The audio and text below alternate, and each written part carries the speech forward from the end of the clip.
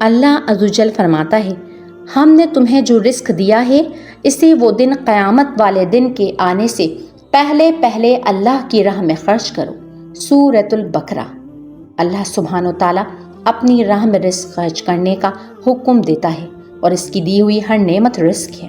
اس کے بندوں پر اور دین کے کاموں پر خرچ اس کی راہ میں خرچ کرنا ہے۔ رزق سے مراد صرف پیسہ نہیں، لازم نہیں کہ مدد صرف پیسے سے ہو۔ بے شک اللہ کی راہ میں مال خرچ کرنا، مال سے لوگوں کی مدد کرنا ایک اعلیٰ درجے کی نیکی ہے، مگر اللہ نے جس کسی کو جو بھی دیا ہے اس پر لازم ہے کہ وہ اس سے اپنے ملک، قوم اور دین کو فیض پہنچائے، ہمدرد اور خیر خواہ بنے۔ اگر کسی کے پاس مال نہیں تو پھر جو بھی ہے اسی سے لوگوں کو فائدہ دینا شروع کر دے۔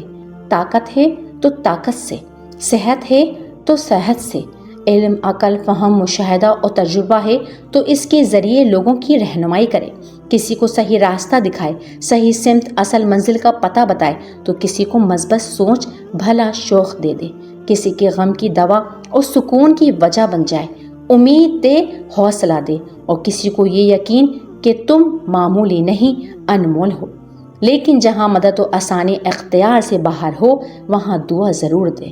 غرض آپ کی دسترس میں موجود خدا تعالیٰ کی جو بھی نعمت ہو اس سے دوسروں کو فیض پہنچائے، انسانیت کے فائدے اور اس کی بقا کے لیے مخلص رہیں۔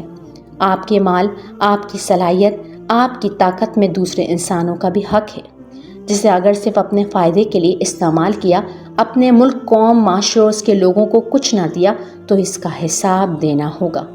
سورۃ العصر، جس کا مفہوم ہے کہ بے شک انسان خسارے میں ہے سوائے ان لوگوں کے جو ایمان والے، متقی، صبر اور حق بات کی تلقین کرنے والے ہوں۔ حق بات کا جاننا، سیکھنا، عمل کرنا، اور جو جانتا نہیں اس تک پہنچانا ہر ایک کی ذمہ ہے اور ضروری ہے۔ تاریخ بھی ایسے لوگوں کو کبھی نہیں بھولتی جو انسانوں کے لیے نفع بخش ہوں۔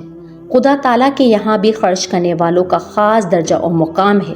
وہ فرماتا ہے کہ یہ میرا قرض ہے اور مجھ پر واجب ہے کہ میں اس کا ثواب کئی گنا بڑھا کر دوں گا۔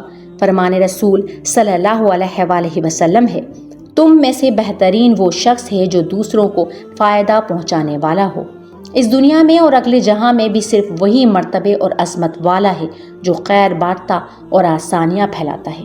صرف اپنے لیے جینا، خود سے جڑے لوگوں کا احساس نہ کرنا خود اپنے آپ سے بھی بے وفائی ہے۔ بے حس لوگ زندگی کے اصل ذائقے اور خوشی سے نا آشنا ہوتے ہیں۔ احساس والے ہی زندگی کا حقیقی لطف پاتے ہیں۔ مزہ رب کی رضا کے لیے خود کو قربان کرنے اور اپنے نفس کو رد کرنے میں ہے۔ اپنی آخری سانس تک یہ کوشش جاری رکھیں کہ دوسروں کو آپ سے ہمیشہ خیر ملتے رہے۔ وہ چراغ بن جائیں جس کا کام روشنی دینا ہے۔ مرنے کے بعد بھی وہ لوگ زندہ ہیں جن کی ذات سے لوگوں کو، ملک کو، دنیا کو خیر ملا ہے۔ جو صرف لینے کی تمنا رکھے اور دینا پسند نہ ہو، ایسا شخص بے رنگ بے مقصد زندگی گزار رہا ہے۔ ایسے لوگ زندگی ہی میں فراموش کر دیے جاتے ہیں۔ کئی بے مثال عظیم الشان زندہ جاوید شخصیات کی مثالوں سے ہماری تاریخ دمکتی ہے، جو سالوں پہلے گزر جانے کے بعد آج بھی اپنے خیر کی وجہ سے زندہ ہیں۔ ان کی محبت اور یاد کے چراغ اب بھی روشن ہیں۔ آپ کے پاس جو ہے عہد کریں، اسی سے دوسروں کو جذبہ خلوص کے ساتھ خیر پہنچائیں گے۔ ایسے کام تلاش کریں گے اور اسے اپنی زندگی ہی میں تکمیل تک پہنچائیں گے جو ہمارے اس دنیا فانی سے رخصت ہونے کے بعد بھی خیر کا باعث اور صدقہ جاریہ بنے۔ تحریر فرزانہ خورشید۔